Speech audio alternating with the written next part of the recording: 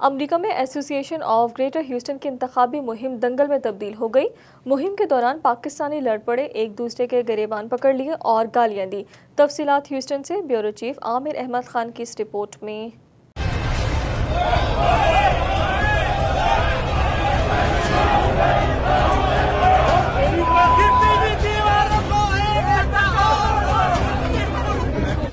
गालियों, मारधाड़ और एक्शन से भरपूर ये मनाजिर पाकिस्तान के किसी सियासी अखाड़े के नहीं, कि ये है अमेरिका।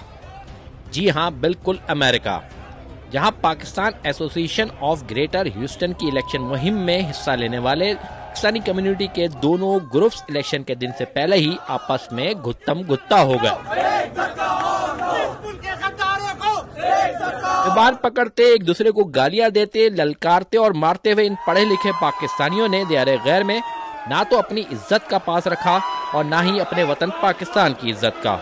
उन्होंने दीगर पाकिस्तानियों के सर भी शर्म से झुका दिए। अमेरिकन पुलिस भी बज़ाहिर पढ़े लिखे महज़ब पाकिस्तानियों का ये रुख देखकर परेशान हो गई और मजीद नफरी बुलाकर हालात पर काबू पाया।